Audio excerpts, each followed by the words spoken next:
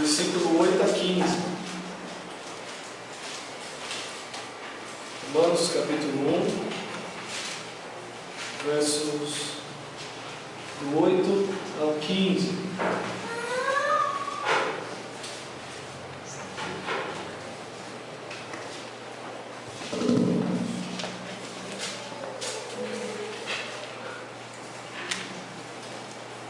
Estamos ainda na introdução da Epístola de Paulo aos Romanos.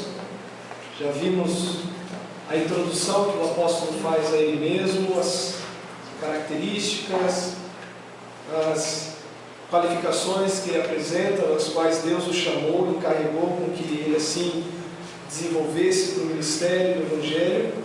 Nós também vimos no versículo 6 e 7 de que maneira Paulo também via os ouvintes ou os receptores da carta, chamando-os para seres de Jesus Cristo, amados de Deus, chamados para ser santos. Nós vimos isso semana passada e hoje nós vamos ver os versículos 8 a 15. Quais são as marcas de uma vida cristã? Qual é o interesse de Paulo em estar com os irmãos em Roma? O que ele queria dos irmãos e o que ele queria dar aos irmãos ali?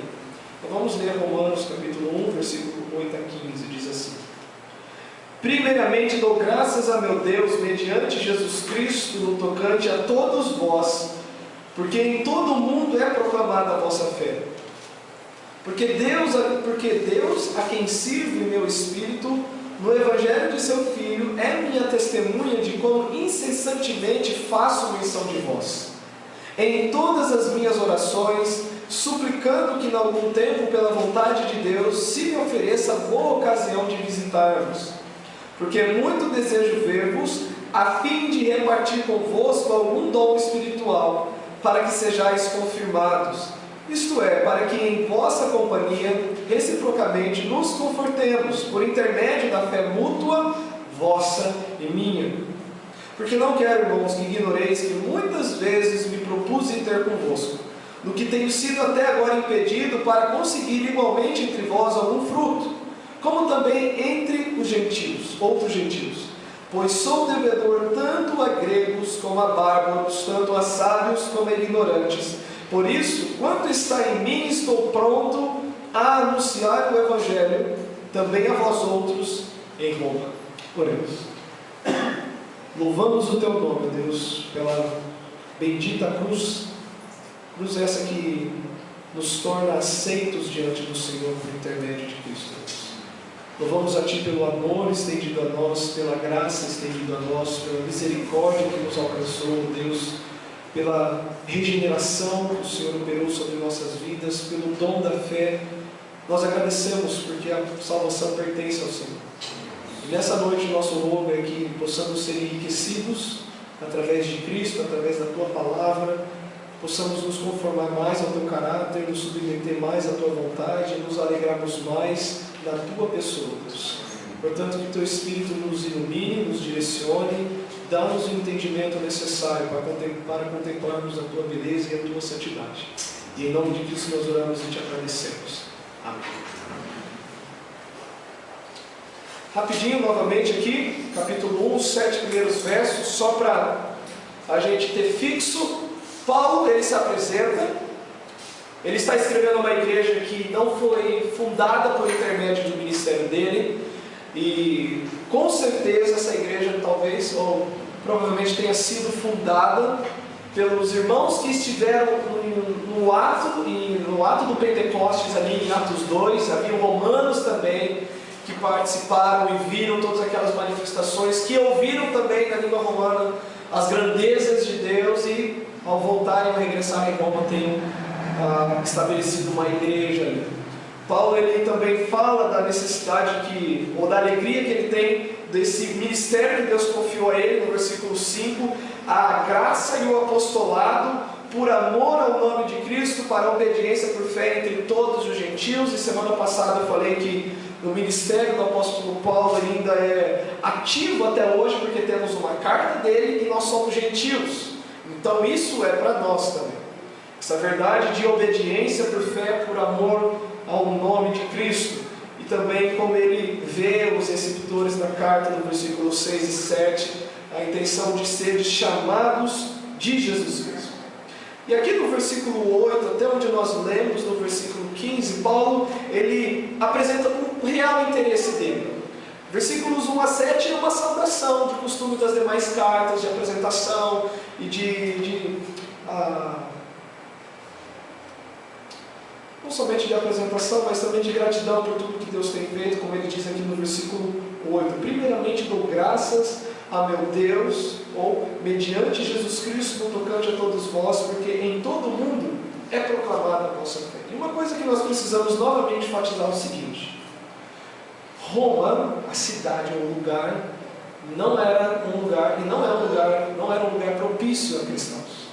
Nós lemos que Paulo ficou depois, a história da igreja diz que Paulo morreu ali em Roma, provavelmente decapitado, naquela época onde havia imperadores com mania de Deus, havia culto a imperadores, faziam-se sacrifícios a imperadores, e você viver proclamando que há somente um imperador e não Césares, como haviam naquela época, era literalmente perigoso, perseguição e o risco de vida. Então aqui Paulo ele dá graças a Deus. Então quais são as marcas? O que você poderia ver de você mesmo, ou se você fosse visitar uma igreja, como é que você saberia que naquele local onde você está, ou com que a pessoa com que você está conversando, de fato é uma pessoa cristã? Não basta somente professar Cristo, não basta somente você ter uma aparência externa de cristão, mas nós vamos ver algumas coisas aqui que o apóstolo Paulo aponta no interesse dele para com a igreja, que nós devemos considerar como algo que realmente marca um cristianismo verdadeiro. A primeira coisa que Paulo aponta aqui no versículo 8 é gratidão com ações de graças. Paulo ele estava escrevendo, ele estava falando com um grupo que ele não conheceu pessoalmente, mas ele estava agradecendo por esse grupo existir. E a razão da gratidão de Paulo é que a fé deles é proclamada em todo mundo daquela época. A mesma coisa é dita para a igreja em Tessalônica. Vamos lá para a primeira carta de Tessalonicenses. Nós lemos durante a liturgia, mas vale a pena enfatizar.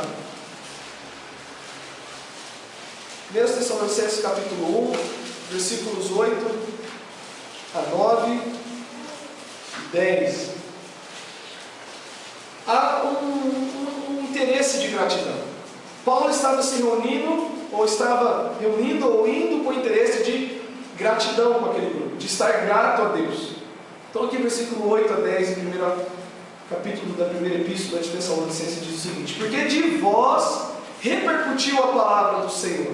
Voltando no versículo 6, diz: com efeito vos tornastes imitadores nossos e do Senhor, tendo recebido a palavra, posto que em meio de muita tribulação, com alegria do Espírito. Aí voltando para o capítulo, versículo 8, porque de vós repercutiu a palavra do Senhor.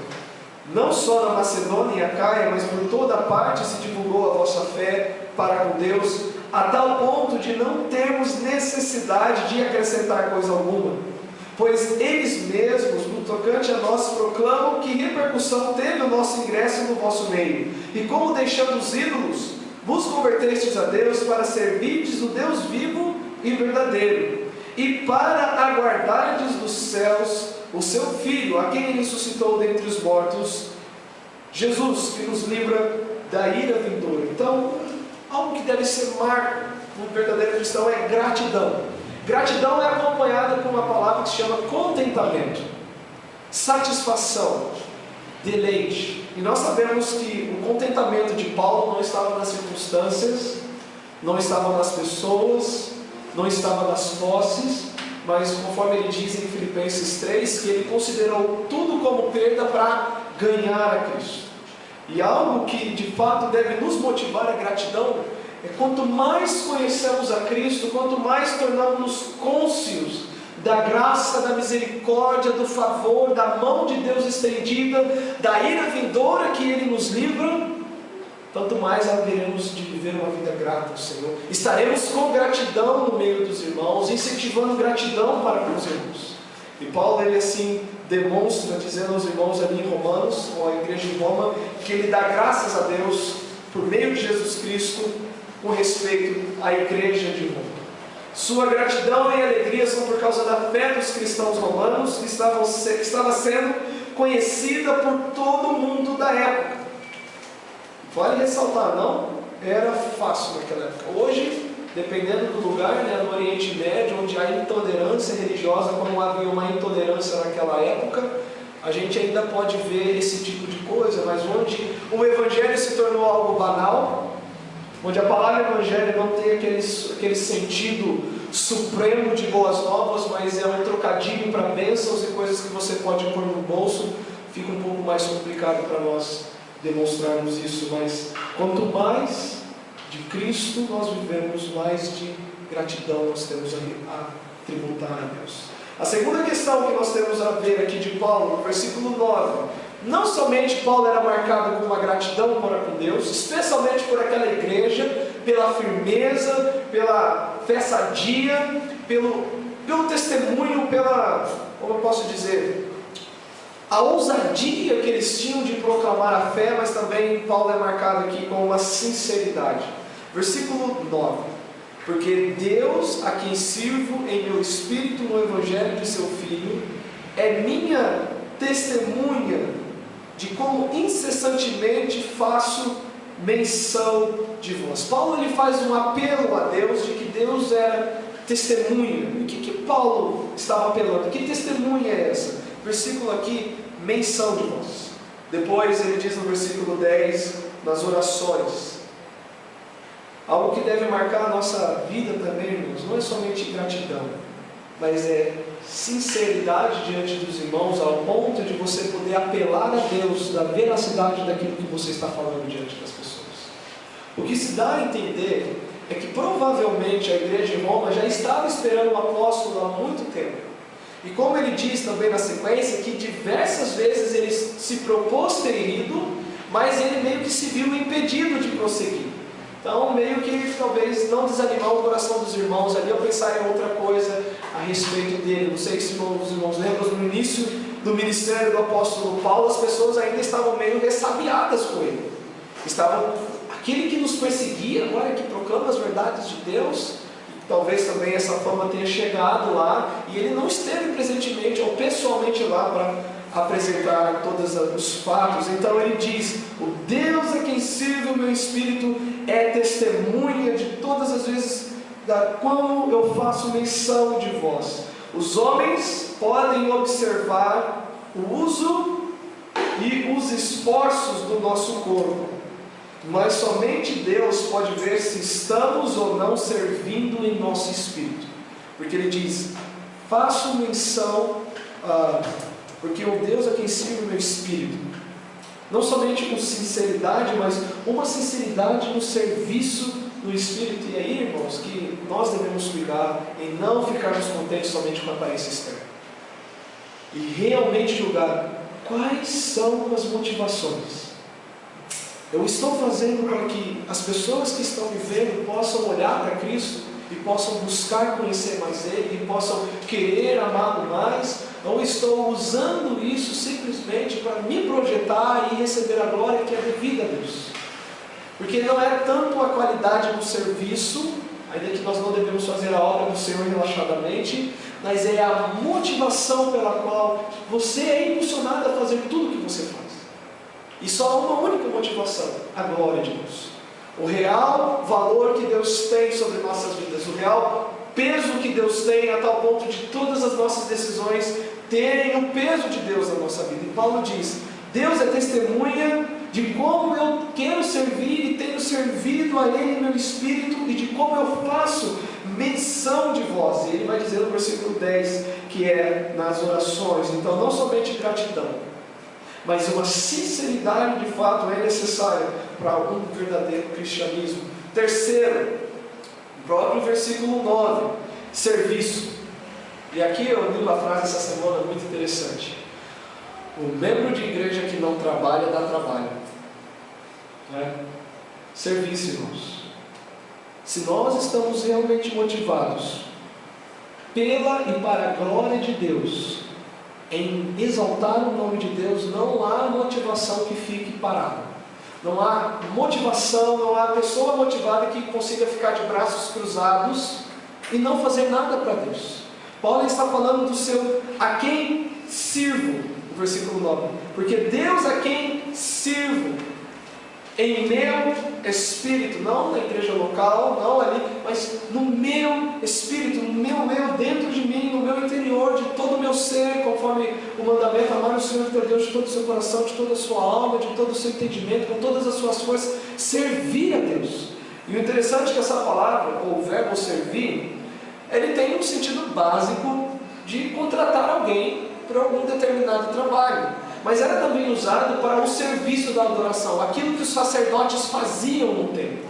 Então aponta para um serviço de fato, um serviço diante de Deus. E aí nós devemos meditar na seguinte questão: todo trabalho para Cristo é sagrado, incluindo até o trabalho secular. Não somente o que eu faço no âmbito de igreja, mas tudo o que eu faço, eu devo fazer como um meio de prestar um culto a Deus.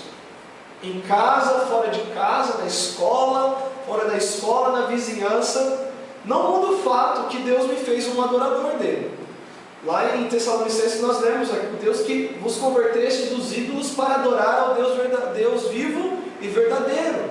Lá em Colossenses no capítulo 1 diz: aquele que nos tirou do reino das trevas e nos transportou para o reino do Filho do seu amor. Deus, ele faz uma mudança na nossa vida, e não simplesmente uma mudança interna, mas aquela mudança em que externamente fica visível que nós adoramos a Deus.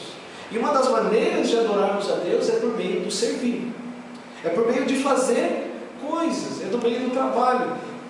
Uma das áreas que o apóstolo Paulo toca, por exemplo, lá em Colossenses capítulo 4, vamos lá. Só um exemplo de como ele vê essa extensão do Evangelho na vida particular, na vida secular. Colossenses no capítulo 4, capítulo 3, versículos 22 até o capítulo 4, versículo 1. Só um exemplo de como o serviço não deve ser visto somente dentro das quatro paredes da igreja. Como servir a Deus é algo que só pode ser contado quando as pessoas estão me vendo fazer, mas servir a Deus é todo o trabalho realizado com este corpo para a glória dele.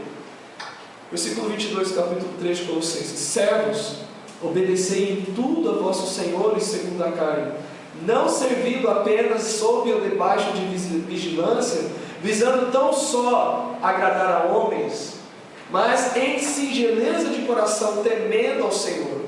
Tudo quanto fizerdes, fazei de todo o coração como para o Senhor e não para homens, ciente de que recebereis do Senhor a recompensa da herança.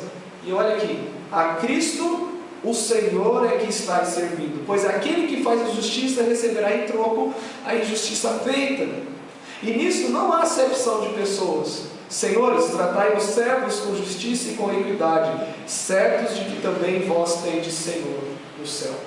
Mas você notou o que o apóstolo Paulo diz? A Cristo o Senhor é que estáis servindo. Paulo, ele falou de um serviço, vamos dizer assim, da área religiosa, o interesse de pregar o Evangelho, mas nós podemos estender isso. Todo trabalho para Cristo é sagrado. Serviço é uma parte essencial da vida cristã. E até lá em Tessalonicenses também diz, né, aqueles que começaram a acreditar que a ressurreição já se tinha dado, o dia do Senhor já tinha vindo, não estavam fazendo o quê? Trabalhando. E ele disse: aquele que não trabalha também não coma. E lá em Provérbios nós temos uma séria denúncia contra a preguiça, contra o ficar se revolvendo na cama. Mas Paulo, ele diz: porque Deus a quem sirvo. A vida cristã não pode ser vivida a parte do serviço de Deus e para Deus. Então, pense nisso.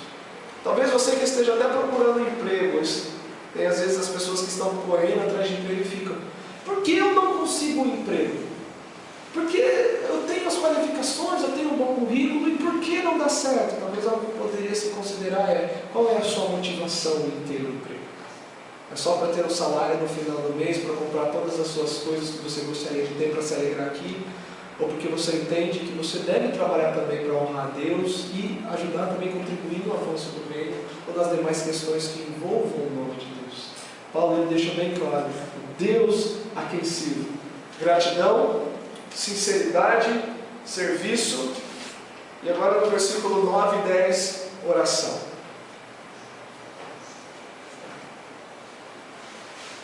Versículo 10, versículo 9 de novo. Porque Deus, a quem sirvo em meu espírito no Evangelho de seu Filho, é minha testemunha de como incessantemente faço menção de vós em todas as minhas orações, suplicando que em algum tempo, pela vontade de Deus, se me ofereça boa ocasião de visitar-vos. E aqui entra o coração da vida cristã, oração. Oração é marca de um verdadeiro cristão.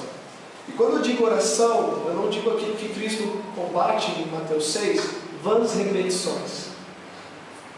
Quando eu estou falando de oração, eu estou falando de conversa íntima com Deus.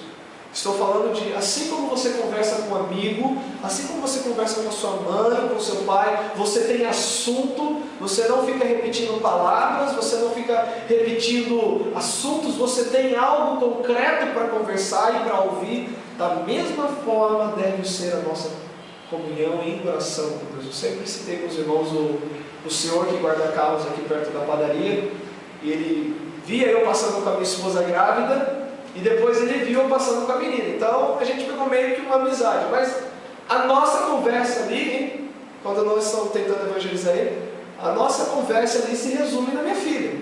E aí, a filha está crescendo? Tá, toda vez, é a filha, é a filha. A pessoa que não tem intimidade, ela só para nisso. E às vezes nas nossas orações com Deus é assim: Senhor, obrigado, e sempre as mesmas coisas, sempre os mesmos pedidos, mas não há aquela conversa. Não há um diálogo com Deus. Nós falamos com Deus e Deus fala conosco através das Escrituras. E Paulo diz: faço menção de vós. Oração intercessora era algo de grande importância na vida do apóstolo Paulo. Ele não está pedindo oração por ele. Ele está mencionando que fazia parte da vida dele lembrar dos irmãos.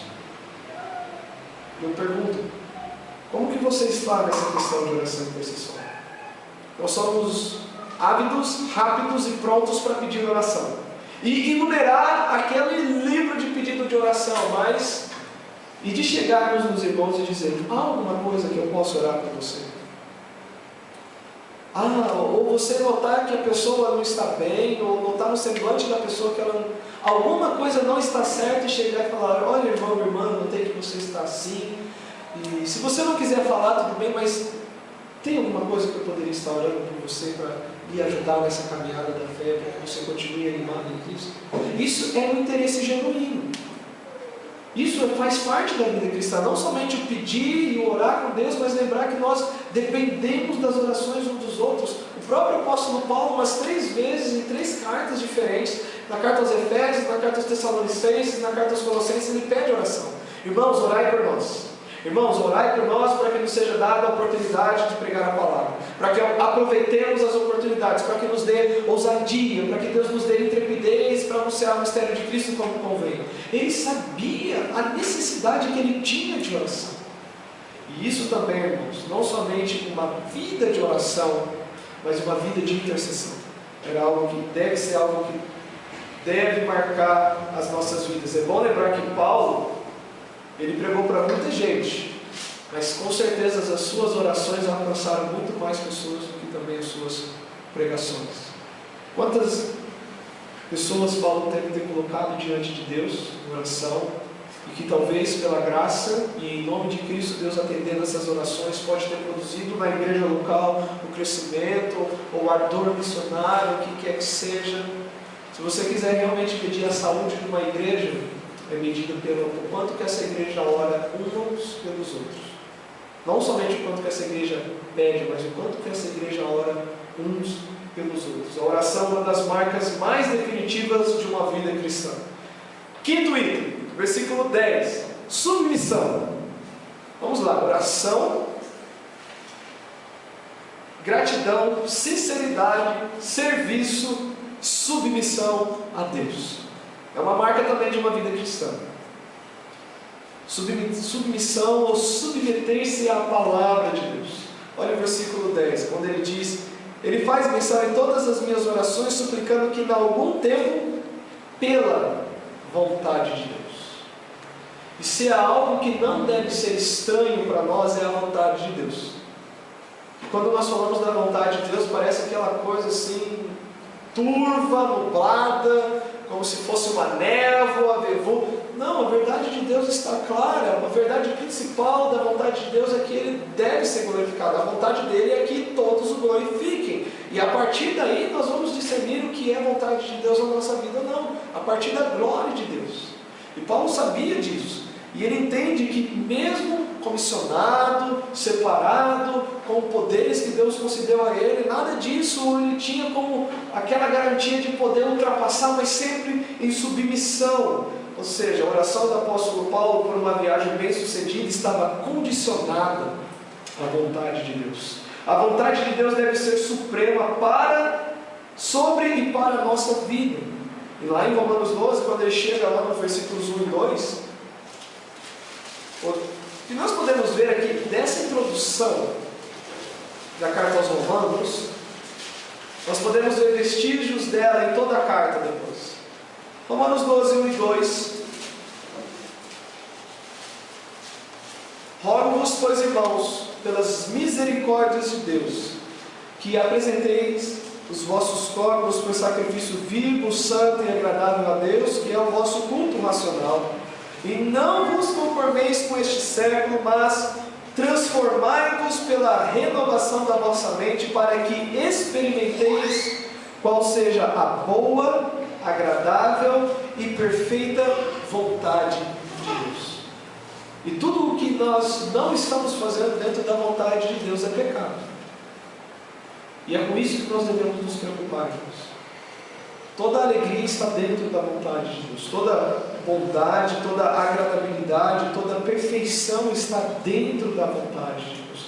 E uma das vontades declaradas, de acordo com João 17,3, e a vontade de Deus é, e a vida eterna é esta, né, por exemplo, que conheçam a Ti, o único Deus, e a Jesus Cristo, a quem Tu enviaste. É uma vontade declarada de Deus. Eu costumo dizer o seguinte: as vontades, ou a vontade de Deus naquilo que nós entendemos por particular, está sujeita àquilo que nós já estamos obedecendo da vontade geral de Deus revelada. Por exemplo, eu devo viajar, devo fazer tal coisa, devo adquirir tal coisa, devo me empreender em tal negócio. Senhor, o Senhor quer que eu faça isso ou não? Eu entendo que essas coisas já estão sujeitas a partir do momento em que você já está cumprindo a vontade geral. Santificação, evangelismo, todas as coisas que nós já temos por declarado que é a vontade de Deus, e a partir disso, essas outras coisas já se tornam um pouco mais claras. E aí tem pessoas que ignoram a vontade geral, aquilo que já é claro, revelado, escancarado da vontade de Deus, e Senhor, e fica martelando, mas não está disposto a fazer aquilo que é de uma maneira geral. Submissão é uma marca de uma vida cristã. Sexto, versículos 11 a 13. Comunhão. Porque muito desejo ver-vos a fim de repartir convosco algum dom espiritual, para que sejais confirmados, isto é, para que em vossa companhia reciprocamente nos confortemos por intermédio da fé mútua vossa e minha. Porque não quero, irmãos, que ignoreis que muitas vezes me propus ter convosco, no que tem sido até agora impedido, para conseguir igualmente entre vós algum fruto, como também entre os outros gentios. O desejo de Paulo também era de ter comunhão. E uma das marcas de uma pessoa cristã de fato é comunhão. E estar junto é uma coisa, comunhão é outra. Pela palavra comunhão nós entendemos que é uma união em comum, ou comum de união. E o que nos une em comum? Cristo. É perfeitamente possível você ficar uma hora aqui dentro e uma hora lá fora, talvez conversando, e não ter tido comunhão. Porque o seu interesse comum não era Cristo, não era a pessoa dele, não era a glória dele. O que Paulo está dizendo: olha, muito quero ter convosco, para que possamos reciprocamente, por intermédio da fé, alegrando um ao outro com questões de entretenimento, ou qualquer outra questão para passar o tempo. Nosso momento especial aqui é porque nós temos fé em Cristo. É porque Deus abriu os nossos olhos, é porque Deus nos concedeu fé, é porque Deus nos atraiu ao seu Filho, é porque Deus se revelou a nós, é porque Deus iluminou o entendimento do nosso coração para abraçar a Cristo, e só. O que passar disso é humanismo. Eu preciso me sentir bem, eu tenho que ter isso, a igreja tem que ter isso, tem que... E a gente ouve, infelizmente, de igrejas aí que fazem coisas que é de ficar pensando. Teve uma agora que colocou um ringue dentro da igreja e eles fazem MMA, que eles vale tudo. Tem uma igreja nos Estados Unidos que montou um negócio de tourada, de touro, de rodeio. Não sei como é que chama aquele negócio lá. Arena, né? Arena de rodeio, né? E teve uma outra que montou uns negócios de motocross. E a última que eu vi foi o pregador terminando de pregar sobre Deus, ressuscitando os mortos, e aí no final ele deu um grupo de coreografia, igualzinho um clipe do Michael Jackson lá, que ele tem um monte de morto dançando, e toca a música do Michael Jackson dentro da igreja, as pessoas pintadas como zumbis dançando. Isso não é comunhão. Nós estamos aqui porque entendemos que Deus ordenou que uma das formas dele se fazer conhecido é por meio da pregação da palavra. E por meio da pregação da palavra ele se revela, instrui os seus filhos. Cristo cumpre a sua promessa de que as ovelhas vão ouvir a voz dele e vão seguir, e é isso que nos mantém unidos aqui. E isso deve ser o nosso desejo de comunhão. Eu não quero ir à igreja hoje, eu não quero estar lá. Qual é a sua real motivação nisso tudo? Qual é aquilo que está dentro, que está te movendo a fazer e deixar de fazer? É porque ali não há quem se compatue com a fé verdadeira em Cristo, ou porque ali eu não vou me sentir satisfeito com qualquer coisa que a minha carne queira?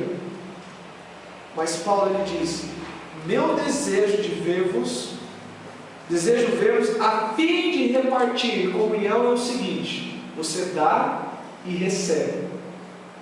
Paulo diz: eu estou pronto ao quê? A dar e receber, repartir reciprocamente, ou nos confortemos reciprocamente por intermédio da fé mútua, vossa e minha.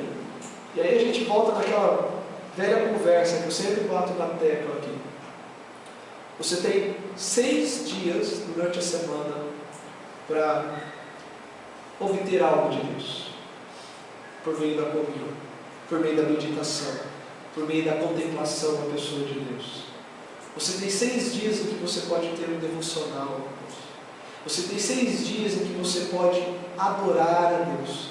O domingo não é o dia que você vai receber tudo isso para viver a semana, mas a sua semana se resume nesse dia, em que o que acontece aqui é um reflexo simplesmente da tua semana com Deus. Se você ouviu a Ele, não. Se você adorou a Ele ou não, se você se alegrou nele ou não, se você quis servir a Ele ou não, porque se você passou a semana toda longe dessas coisas que nós entendemos como meios da graça do Senhor, isso daqui para você vai ser um peso.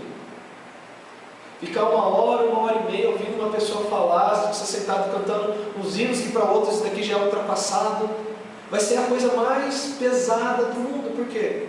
Você não teve comunhão.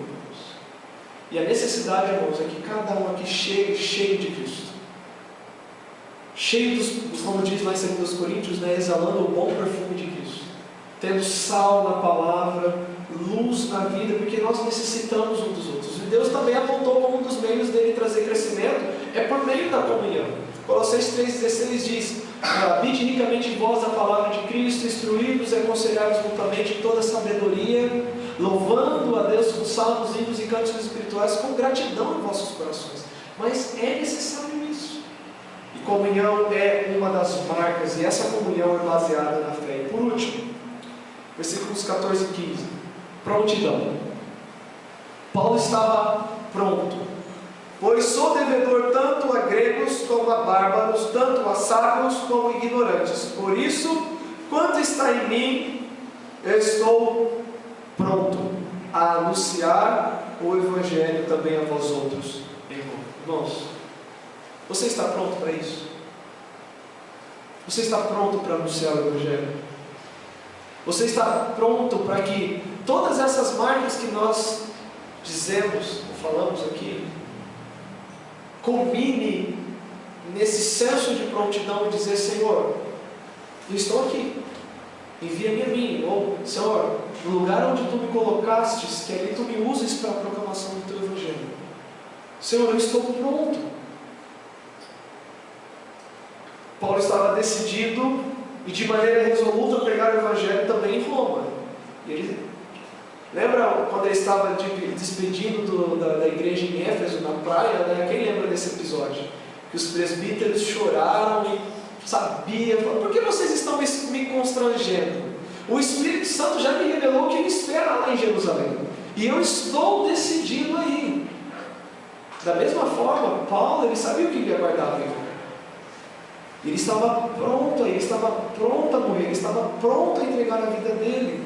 Não somente pronto a pregar, mas também pronto a morrer. E estas duas confissões que Paulo faz, sou devedor e eu estou pronto, é o centro de todo o trabalho em Deus. Mas há outra coisa aqui que eu devo perguntar: se você está pronto ou não. Você está pronto para encontrar com Deus? Lembra dos profetas que diz: prepara-te para encontrar o teu Deus. Você tem ciente de que você está convicto e convicta, tranquilo e tranquila, que se você morrer hoje, você está pronto, resoluto de que você estará na presença de Deus? Porque também há uma dívida e há uma prontidão. Há uma dívida que o pecado fez para com Deus, e há uma prontidão de Deus em punir o pecado, em punir o pecador. E se você não estiver pronto, a maneira mais aceitável diante de Deus de você estar pronto é recebendo Cristo pela fé, é arrependendo-se dos seus pecados e crendo nele como Salvador, confessando com seus lábios, crendo com o seu coração que Deus o ressuscitou dentre os mortos. Aí sim você estará pronto para estar diante de Deus. Mas enquanto isso não for feito, você não está pronto. Talvez você esteja pronto para a ira vindoura. Talvez você esteja pronto para a dívida a ser paga, porque a Bíblia diz em Colossenses 3,5 que a ira de Deus vem para os filhos da desobediência. E nós sabemos que para os filhos da obediência não há mais ira. Ele removeu toda a ira. Então considere isso. Há aquela prontidão do serviço que todos os crentes devem ter, mas há uma prontidão em que os incrédulos devem atentar. Apronte-se para a vinda do Senhor. Apronte-se para encontrar a Deus. E a melhor maneira é estar guardado em Cristo. Vamos lá. Pai, nós agradecemos pela palavra que foi anunciada, pelas coisas que meditamos nessa noite, essas marcas, o exemplo do apóstolo em se dirigir à igreja, o que movia ele, Pai. E nós rogamos, ó Deus, que o nosso tempo aqui não se resuma como algo que se torna rotina, mas que as reais e verdadeiras e puras e santas motivações sejam aquilo que nos impulsione a estar aqui uns com os outros e diante do Senhor, Deus, a glória e a exaltação do Teu nome em Cristo. Agradecemos por tudo que Tu tens realizado em nosso favor nele. Pedimos por essa semana também que o Senhor use a nossa vida para a proclamação da Tua glória. Em nome de Cristo nós oramos e Te agradecemos. Amém. Deus abençoe e até semana que vem, se assim o Senhor.